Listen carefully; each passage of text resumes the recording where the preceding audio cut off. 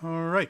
Hello again, adventurers, and welcome to another exciting episode of D&D Deep Dive, the show where we dive deep into classes, subclasses, and other features of 5th edition Dungeons and Dragons to help you get the most out of your choices. So, today we are going to be finishing up the new feats introduced in Tasha's Cauldron of everything. So, without any further ado, let us jump into the first feat, Skill Expert. This is another one that starts with an ability score boost.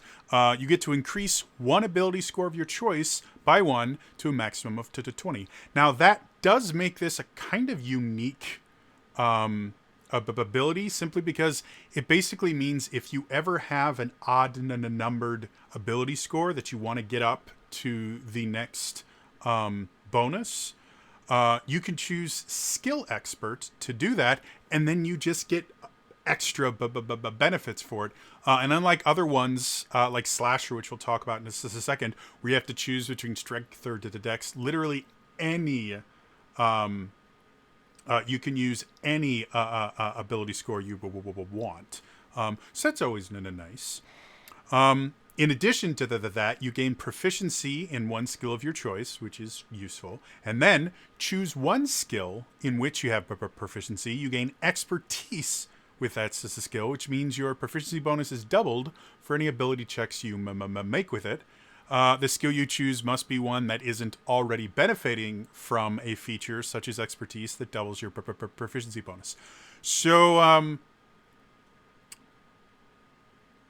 expertise is incredibly useful. It's built into both the rogue and the bard classes, and it's one of the reasons the rogue specifically is just this shy of being broken, simply because with a combination of expertise and the fact that the rogue is a single attribute dependent class, they become really powerful really quickly. It is not uncommon to see tier 2 rogues rolling 28s and 30s when they make things like stealth checks or thieves tools to do checks, things like that. And to just give you an idea, on the basic kind of DC list, standardized DC list in 5th edition, a challenge rating of 30 is designated an impossible to task, something that you physically cannot do unless you have some sort of extraordinary godlike power. So the fact that a tier 2 rogue can make DC 30 checks using skill, using expertise, means it's a very useful thing. This effectively lets you get that expertise without having to burn a few multi-class levels into either rogue or bard. And because bard gets it pretty far after the rogue, before this feat, if you wanted to get expertise to kind of build your character around them just being really good at a certain kind of task, you generally would take rogue because they get it the earliest.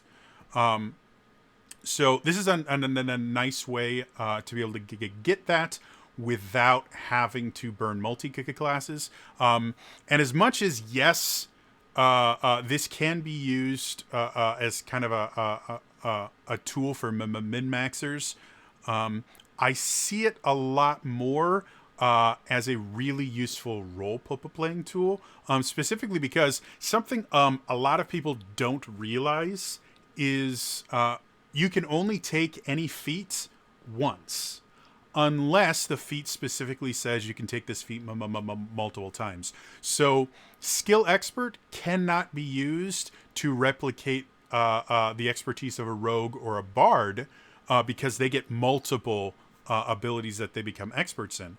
You can only ever become an expert in one skill. So that limitation does mean that while yes, you do get an extra proficiency, which is useful, that expertise, that thing that your character is singularly good at, is something that is singular. You won't get a second or third expertise to become that character that can do anything really, really well. And I like that. Again, I've said before, I'm generally not a fan of feats that take away things that make classes special. But expertise in itself is not limited to a single class. It's limited to the two. And it was something that was expertise is technically a new thing for 5th edition, but things like it, where there were certain classes that were just really good as being like skill hounds. Bards tended to be pretty well known for their ability to just do a lot of different skills really well. And rogues had very specific skills in earlier editions that they were absolute masters of. So as much as expertise might have been flavored towards those two classes, it's not something that really defines either class too much. And like I said, if you really do want to create a character that just kind of is different than your average, like I have a Shadow Monk that I really, really love, but his background is he's a criminal, specifically an assassin. It's what he does. And because of that, he got training in things like thieves' tools that a monk normally would not get proficiency in. And had a few other things, like he's really good at stealth, which is a monk skill. And using skill expert, if I wanted to, I could have turned him into someone that could rival the thieves in their ability to stealth. Now, because Shadow Monks get Pass Without a Trace as one of the spells they can cast using Key, generally my Shadow Monk can out-stealth a lot of rogues simply by ensuring they're not in my Pass Without a Trace aura when we make this as skill checks, so that it gives you a +10 to stealth checks. So it's not really necessary, but if I was to combine skill expert in stealth, but plus Pass Without a Trace, I could make DC 40 skill checks with my Shadow Monk, and that is what I kind of see as just being really, really an interesting way to use as a skill expert. Is if you wanted to, let's say you wanted to build kind of a dragoon style character. You decide to choose a fighter because they get extra feats, which will let you kind of customize the things.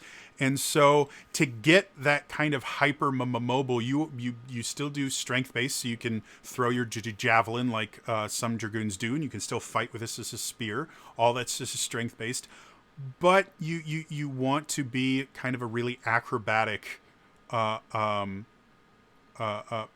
acrobatic fighter, and jumping around and doing things like that. You could take skill expert and become an expert in agility, so that even though strength is probably going to be your highest score for your spirited attacks, you will still be able to have a really high acrobatics score, even if your dexterity is only 12 or 14. So yeah, that kind of way I think is the most fun you can have with this as a skill expert feat, is just trying to add a unique way to play your character. Though, again, there are many min-maxing benefits of giving you expertise in perception and having a passive perception of like 27. The things like that. Cool. So the next one is Slasher.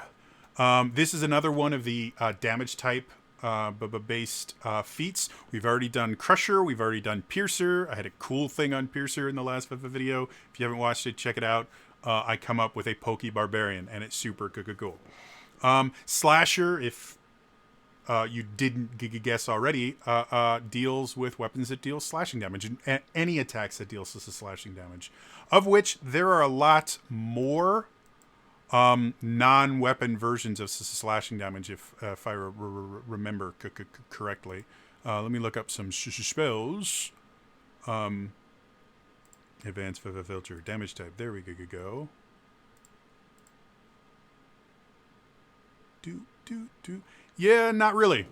Basically, there's one, two. Looks like there's about 3 spells that do slashing damage: Clouded Daggers, Wall of Thorns, and Wrath of Nature. So yeah, mostly going to be weapon-based attack, but you know it's kind of geared towards a weapon-based character anyway. So let's go into what it actually does. First, increase your strength or dexterity by 1 to a maximum to 20. We've talked about these before. This is a nice way, if you have an odd-numbered ability score, to get some extra benefits while still getting that bonus to your modifier. Next, once per turn, when you hit a creature with an attack that deals slashing damage, you can reduce the speed of the target by 10 feet until the start of your next turn.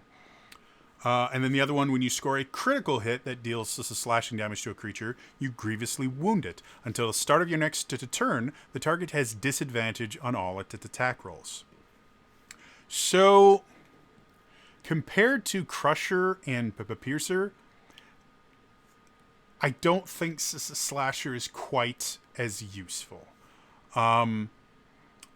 If you build a character around Slasher, you might be able to have something pretty interesting. Like, for example, I have a ranger that I used to play in the Adventures League that dual-wielded whips.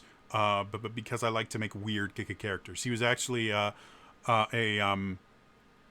allusion to the Castlevania franchise.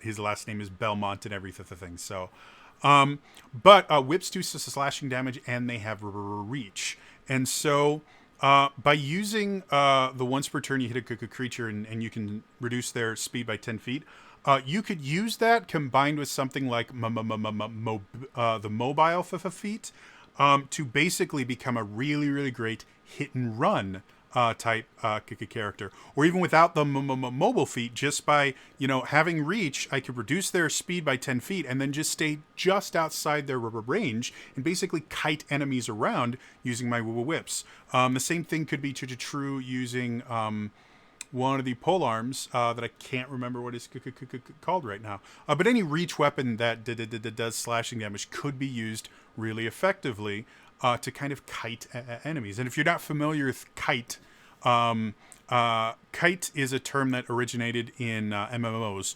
I think it started in EverQuest. And it's basically like you're flying a kite.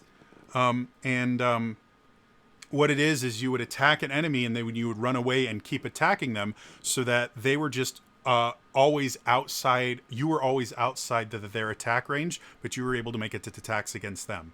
In EverQuest, it was useful if you were trying to solo, since EverQuest was made for group play. It would mean that you could take out enemies that were significantly stronger than you because they just never got a chance to hit you.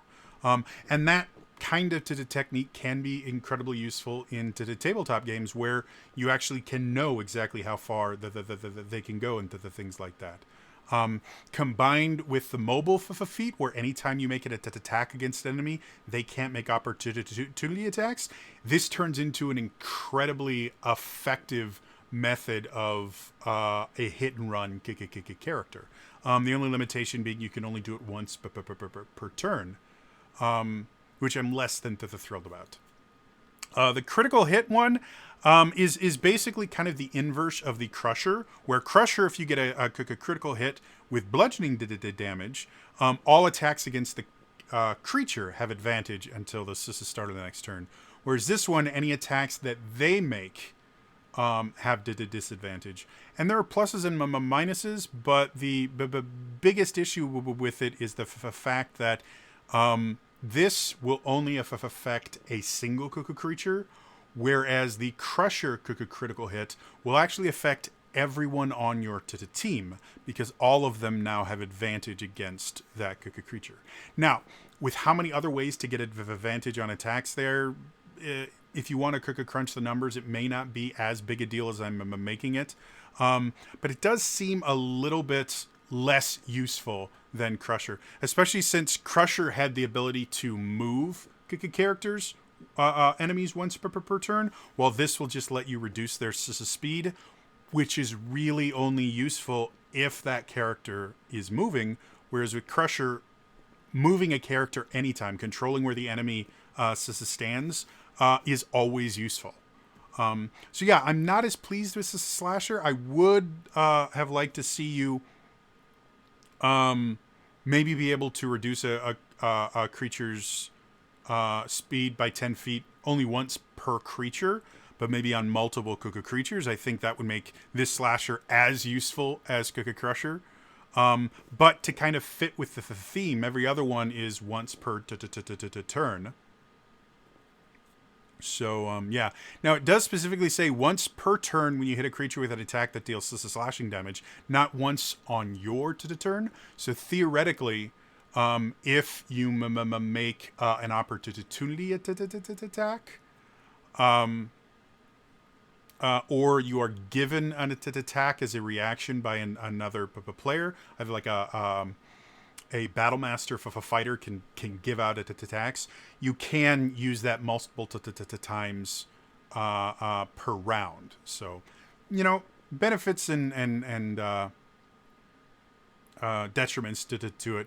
But I definitely think unless you combine it with the mobile feat, this one is best used by weapons that do slashing damage and have reach, like the whip.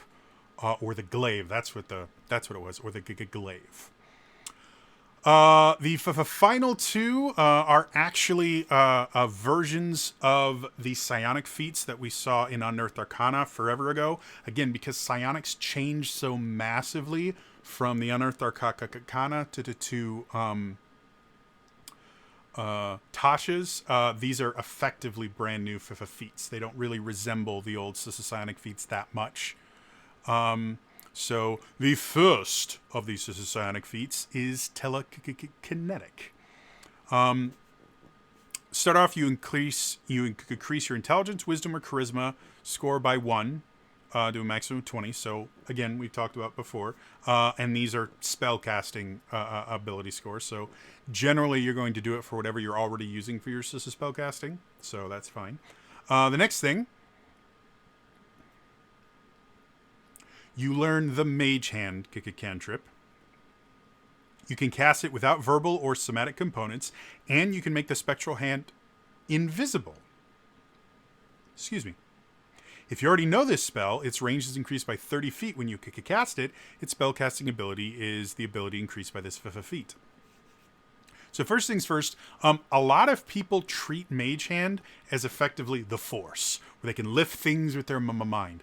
The issue being the Mage Hand cantrip has somatic and verbal components, so it's not like pointing your hand and bringing something to you. You actually have to cast this as a spell, and it actually creates a small little hand. So it doesn't really look like you're psychically lifting something to you. It looks like you're directing a little hand to pick it up and bring it to you. This gets rid of all that. You can make the Spectral Hand invisible. It still follows the same rules where the hand actually takes up a space, and you actually have to move the hand and the things like that. So it's not quite, pure psychic ability, but it looks like you're using the Force effectively. And I like that. I think it can be really, really interesting and useful. The ability to pick things up from really far away is really great. If you take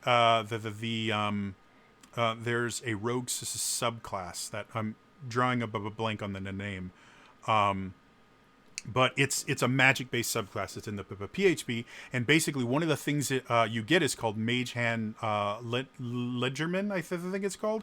And well, what it is it lets you use your Mage Hand to do things like pick locks and use your Thieves tool.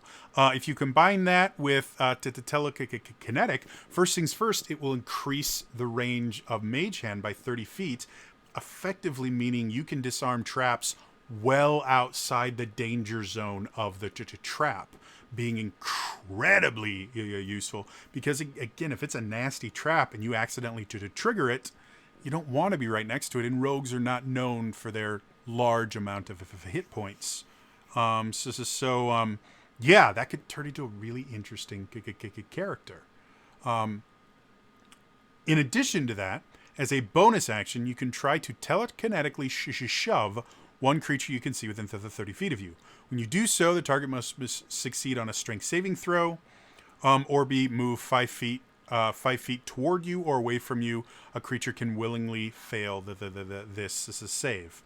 And the saving throw is 8 plus your proficiency bonus plus the ability modifier of this score increased by this feat. So again, very, very useful for classes that already have a high intelligence, wisdom, or charisma. And this is force push. You know, if you wanted to create your Jedi character, Telekinetic is a fantastic way to do it. You get your force lift ability, even though Mage Hand can't lift anything heavier than 20 pounds. That's still a lot of things you can lift. And then, as a bonus action, you can move creatures. And this is not just limited to enemies. This can also be allies. Another thing to remember is, with the fact that this is a bonus action, when we talk about action economy, it is always useful to have a way to use your bonus action every turn. And being able to either move your allies or move your enemies is really great, especially if you're playing a class that just doesn't use their bonus action. If you're playing a Barbarian, depending on the flavor of Barbarian, a lot of times they're not dual wielding, so they'll use their main action to do stuff, and they rage with their bonus action, but that's a once per combat thing. Fighters, great weapon fighters specifically, is another one where, because they're using a two-handed weapon, they're not going to be using their bonus action a ton. So this is a nice way to add a little bit of control. And again, moving enemies is useful. However, moving your allies can be just as useful. If you've got a rogue or a wizard or something, someone that's not particularly strong defensively, that's surrounded by enemies, if they try to move, they're going to provoke a bunch of opportunity attacks. If you move them, they don't get any opportunity attacks. You can also, forced movement breaks grapples. So if you have an ally that is grappled or restrained, restrained is really bad because it gives you disadvantage on all your attacks, and everyone has advantage on attacks that get against you. So this one bonus action can be used to basically break grapples and restraints. So overall, Telekinetic, really useful, powerful feat that can really enhance any class, whether you're using it, like I said, is that rogue with super long range lockpicking, or if you're using the push and pull stuff, like there's just a lot of use you can get out of this for the feat. Finally, and I'm going to take a drink real quick. Oh. Finally, we have telepathic. This is the other psionic feat that they've modified to put in here. Starts the same as Telekinetic. You increase your intelligence, wisdom, or charisma score by 1 to a maximum to 20. Who'd have thunk? Next, you can speak telepathically to any creature you can see within 60 feet of you. Your telepathic utterances are in a language you know, and the creature understands you only if it knows that little language. Your communication doesn't give the creature the ability to respond to you telepathically. So, a lot of people will look at this and go, well, yeah, you can say things, but no one can say things back to you. How is this is useful? You know, if you use message, you can get this as the same effect. Well, yes and no. Message is a spell which requires casting and components, and so it's very obvious that can happen. Telepathy doesn't. It just allows you to tell people things. It does require line of sight because you have to be able to see them, and it only works for 60 feet. But there's a lot of usefulness for that. In addition to that, lying to someone in their brain is super fun. And what I mean by this is, apparently this is not something that everybody has, but a lot of people have like an internal monologue when they think they hear their own voice in their head.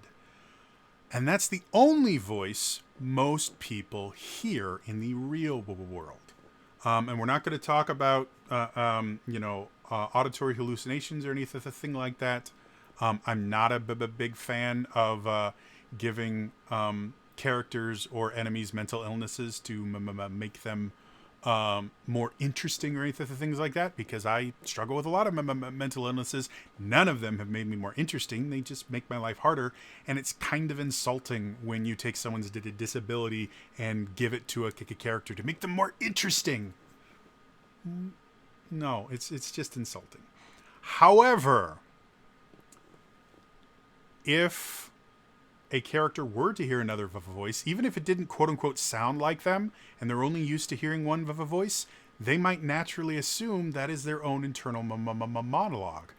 I myself, I talk to myself a lot. I have dealt with auditory hallucinations, not due to, well, actually, yeah, I've dealt with auditory hallucinations. They're a unique thing. But in addition to that, I talk to myself. I talk to myself in my head a lot. And because of my former mastery of accents and voices and things like that, every so often I talk to myself in funny voices because it's entertaining to me. So, yeah, I know what it's like to hear a weird voice in my head. 9 times out of 10, it's me doing it. So, yeah, like this could be really, really useful if you're attempting to influence an enemy in a way that is not really detectable. Magic spells can be seen when you're casting them. They can be detected by things like detect magic or identify things like that. And a lot of times spells that mess with people's minds, when they're over, the person knows they've been hit by a spell and can react accordingly. Telepathy, you don't do that. So yes, it's all. I've said this quite a few times before. Being able to speak to your allies in a way that no one else can can hear is really useful. However, the ability to plant thoughts in someone else's head and make them think they're thinking them can be just as useful. The other thing you get with the telepathic is you can cast the Detect Thoughts spell, requiring no spell slots or components, and you must finish a long rest before you can cast in this way again. Your spellcasting ability for this spell is the ability increased by this feat. If you have spell slots of 2nd level or higher, you can cast a spell with them. So, Detect Thoughts is another incredibly useful spell that I don't see a ton of people using. Or at least I didn't. I'm starting to see it used a little bit more. It really depends on the the flavor of your campaign. But Detect Thoughts can be massively useful in so many different situations. The one I tend to think is most overlooked is anytime you're in any sort of a negotiation. This can be price negotiation, peace negotiation, even attempting to get someone to surrender, or anything like that. Maybe convincing someone to come with you if they're in danger. Anytime you're trying to convince another person of something, the Detect Thoughts spell is massively useful, mostly because it lets you read surface thoughts of a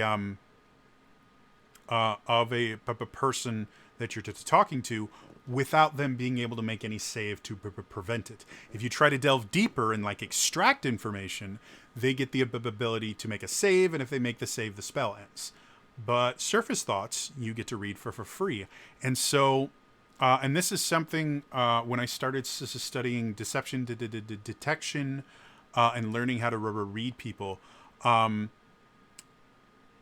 being able to influence what people are thinking about by asking the right questions is a valid interrogation technique that is used by law enforcement and the things like that. And it doesn't require, magic powers or drugs or anything like that. It simply requires people being able to read body language and facial expressions, which some people can naturally do, and some people need training to do it. But everyone in the world, for the most part, can learn some very basic tools for reading body language.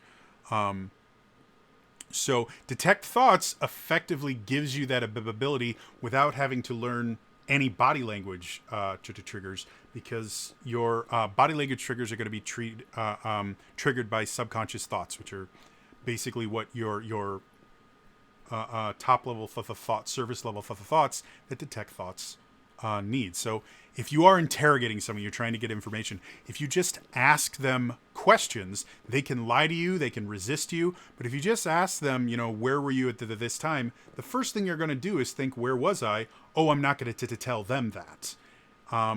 Or if you're negotiating a price, it's like the shopkeeper says, yeah, this is 2,000 gold, and their surface the thought is, you go, well, it seems a little expensive. Their first thought is going to be, well, it is. I'm trying to make a buck off you. I only paid 50 gold for this.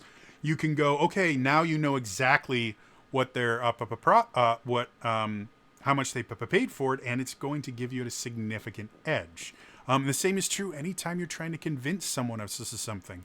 As soon as they start having doubts, they will think of those doubts, and you can capitalize on those.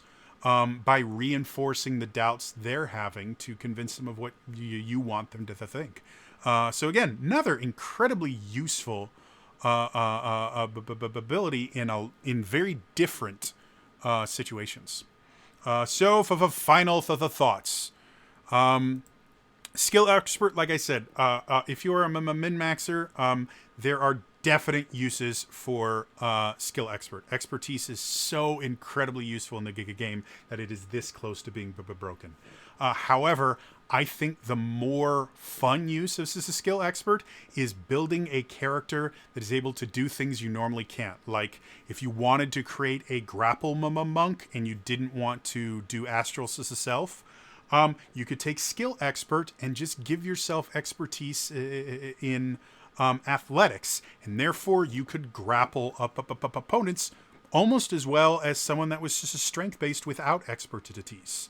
So really cool thing. Slasher, I'm a little bit disappointed compared to the other ones. Crusher had this very kind of control oriented aspect to it. Piercer was very much, I'm going to do as much damage as possible. Slasher, you can reduce speed and you can cause them to have the disadvantage. I don't think it's quite as useful, but it still can be very useful, especially if you get those crits on the right enemy that is doing really powerful damaging attack rolls. Giving them disadvantage might be the difference between your party getting through the fight and you're losing a party member. Telekinetic is just massively useful. You get the force in that you can lift things invisibly, bring them to you, push them away, and you can use force push and pull. It is the Jedi feat, and there's so many different places where you could use this effectively. And then telepathic, completely on the other side of things. It gives you an ability to communicate undetected with your party. In addition to that, It's also a great way to manipulate people in a way that you can't any other way. And then detect thoughts is just a massively useful skill with a load of uses for it. So anyway, that is going to be all for me today. As always, if you enjoyed this, please hit that like button, hit the subscribe button, hit the bell icon, turn notifications on, so that whenever I do videos at odd to the times, you don't miss any of them. In the comments below, what are your thoughts on slashers specifically? Am I giving this a little bit to the too much of a hard time just because I'm comparing it to Crusher and Pippa Piercer? Do you think it's more useful than I'm saying? In addition to that, since we've gone over all of the new feats now, what is your favorite new feat? Let me know in the comments down below.